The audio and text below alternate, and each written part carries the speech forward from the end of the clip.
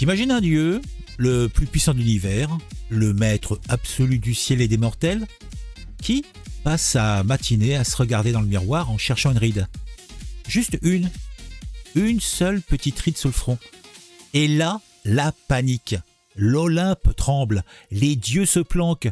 Parce que tu vois, dans la mythologie grecque, quand Zeus a une ride, c'est la fin du monde.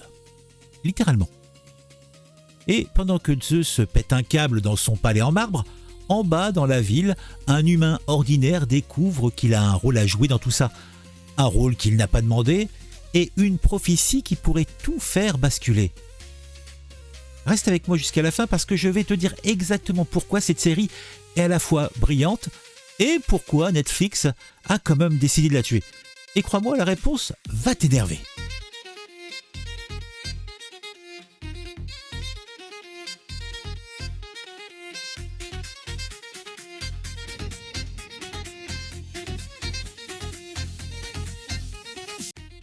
Bienvenue sur Sérivore, aujourd'hui on parle de Chaos, K-A-O-S, la série britannique de Netflix sortie le 29 août 2024, créée par Charlie Cowell, le même à qui on doit The On the Fucking World, cette série qui t'avait mis peut-être une putain de gifle émotionnelle dont tu ne t'es pas remis pendant plus d'une semaine, c'est vrai, ça a marqué pas mal de monde.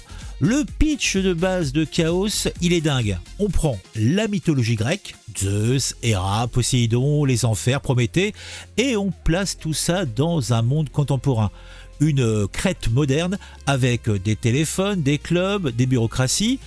Les dieux ne sont plus des statues de marbre, ils portent des survêtements, ils ont des crises d'angoisse, ils font des thérapies, enfin, Zeus, lui, préfère terroriser ses proches. Et pendant ce chaos divin, 3 mortels quelconques se retrouvent au centre d'une prophétie qui pourrait réécrire les règles de l'univers. 3 humains face aux dieux, sans pouvoir, sans armure, sans plan. La vraie question que pose Chaos, celle qui traverse chaque épisode, c'est celle-là. Est-ce que les dieux méritent encore d'être adorés ? Ou est-ce qu'ils sont juste des tyrans qui ont réussi à convaincre le monde entier que c'était normal ? Tu vois où ça va pour l'instant ? Bon, si tu sais pas, reste avec moi, je vais tout t'expliquer. Pour comprendre Chaos, il faut comprendre d'où elle vient. Et l'histoire de sa production est elle-même un petit peu, je dois l'avouer, chaotique, ce qui colle plutôt bien au titre. La série a été annoncée sur Netflix en 2018. 6 ans de développement. À l'origine, c'était Hugh Grant qui devait incarner Zeus, Hugh Grant en Zeus. C'était une certaine vision de la série. Charmant, british, légèrement condescendant. Et puis, silence radio, la série disparaît des radars pendant des années. On la croit morte, et puis en mars 2024, elle réapparaît avec un casting entièrement revu. À la barre, Charlie Cowell donc, derrière la caméra, 2 réalisatrices, Georgie Banks-Davis et Ryan Maro Mafpromo, et côté production, les équipes qui ont notamment travaillé par le passé sur Tchernobyl. Et bon, directement, alors on se dit, on n'est pas là pour rigoler. Le cadre, une Méditerranée contemporaine tournée en grande partie en Espagne. On a les décors ensoleillés, les ruelles blanches, les clubs de nuit, les routes côtières, et par-dessus tout ça, flotte l'Olympe, présent, réel, menaçant. Ce qui rend l'univers fascinant, c'est cette superposition. Les dieux ne sont pas cachés, ils ne sont pas des métaphores, ils sont pas des métaphores, ils gouvernent ouvertement, ils taxent, ils jugent, ils punissent, et les mortels, ils sont habitués. Comme on s'habitue à tout. C'est là que la série plante sa grande question politique.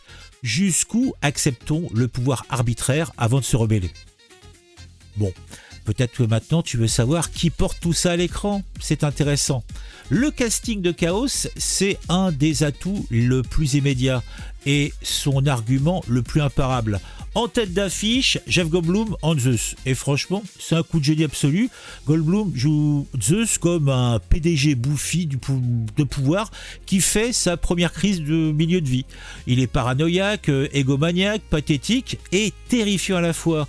Un Zeus en survêtement bleu, un Zeus qui ne supporte plus de voir une ride sur son front et dont la panique menace l'équilibre cosmique. C'est drôle, c'est glaçant, c'est Goldblum à 100%. Face à lui, Janet McTeer, en Hera, froide, stratège, blessée, elle joue une déesse qui a passé des millénaires à encaisser les infidélités de son mari, tout en maintenant les apparences. Elle n'en peut plus. McTeer est magnétique dans ce rôle, chaque regard qu'elle pose sur Zeus est un couteau. David Thewlis incarne Hadès, le dieu des enfers. Et là encore, le choix est parfait. Thewlis apporte cette gravité mélancolique, ce petit côté fonctionnaire de l'apocalypse qui gère ses morts comme on gère des dossiers administratifs. Et puis, il y a les mortels Cliff Curtis en Dionysos, Aurora Perino en Ariane, et tout un groupe de personnages humains qui naviguent dans cet univers absurde avec des problèmes très réels, l'amour, le deuil, l'identité, la rébellion. La réalisation, elle, est propre et efficace, les couleurs sont saturées, le soleil espagnol donne un côté presque hallucinatoire à certaines scènes. C'est beau, pas révolutionnaire, mais beau. Maintenant, pourquoi est-ce que ça marche vraiment et peut-être quelles sont les limites que personne ne voulait admettre sur cette série ? Bon, déjà, qu'est-ce qui fait que ça fonctionne ? C'est simple parce que Chaos traite ses spectateurs comme des adultes. La série ne t'explique pas la mythologie grecque comme si tu avais 8 ans. Elle prend les mythes Orphée et Eurydice, le labyrinthe, la punition de Prométhée, et elle les réinjecte dans un contexte contemporain avec une intelligence rare. Les parallèles avec notre monde s'imposent d'eux-mêmes, le pouvoir divin qui se maintient par la peur et la désinformation, les dieux qui manipulent le récit, les mortels qui se débattent avec un système qu'ils n'ont jamais choisi. Le ton, c'est ce qui est vraiment risqué et vraiment réussi. Chaos navigue en permanence entre la comédie noire et le mélo déchirant. Une scène peut être franchement drôle, Zeus est en pyjama qui fait une scène à Hera, et la suivante te prend complètement par surprise avec une charge émotionnelle massive. C'est le même ADN que dans The Fucking World. Charlie Cowell sait faire ça très très bien. Maintenant, il y a des limites, on ne peut pas avoir que des points positifs. Et là, c'est aussi très réel.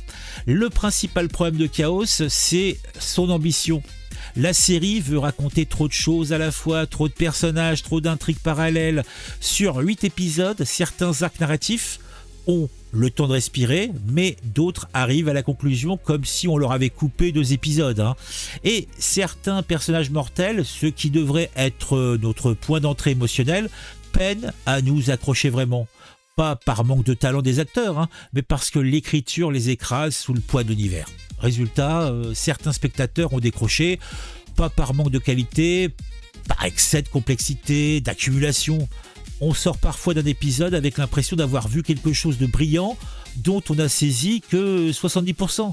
C'est frustrant et c'est aussi, paradoxalement, ce qui donne envie de le revoir. Tu te demandes comment le public et les critiques ont réagi parce que là, c'est là que l'histoire devient vraiment intéressante et explique la conclusion du projet. Chaos est sorti le 29 août 2024 sur Netflix de façon plus ou moins confidentielle, quasiment sans campagne marketing. Pour une série avec Jeff Goldblum, Hans Zeus et les producteurs de Tchernobyl, c'est un choix, disons, discutable. Et pourtant, le bouche-oreille a fait son travail, la série entre dans le top 10 mondial Netflix, les réactions sur les réseaux sont dithyrambiques, c'est un triomphe absolu.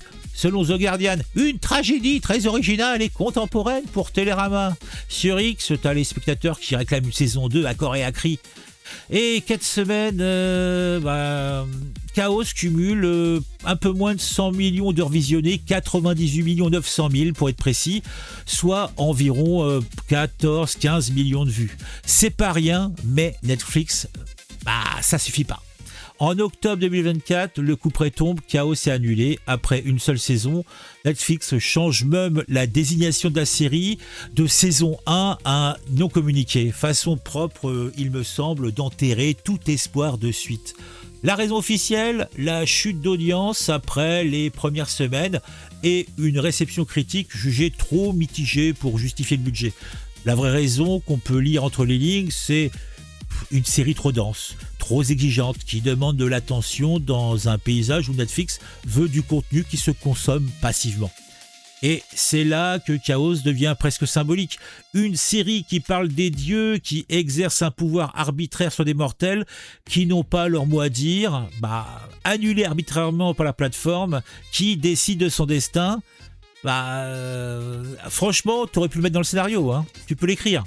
Alors, conclusion, verdict final. Chaos est une série imparfaite, elle est trop chargée, elle perd parfois le fil, elle ne tient pas à toutes ses promesses narratives, mais elle est aussi l'une des œuvres les plus originales et les plus courageuses qu'on ait vues sur Netflix depuis quelque temps, hein. Jeff Goldblum en Zeus est dans une performance inoubliable, l'univers est fascinant, la question centrale « est-ce qu'on mérite mieux que des dieux qui abusent de leur pouvoir ?» résonne bien au-delà de la mythologie grecque.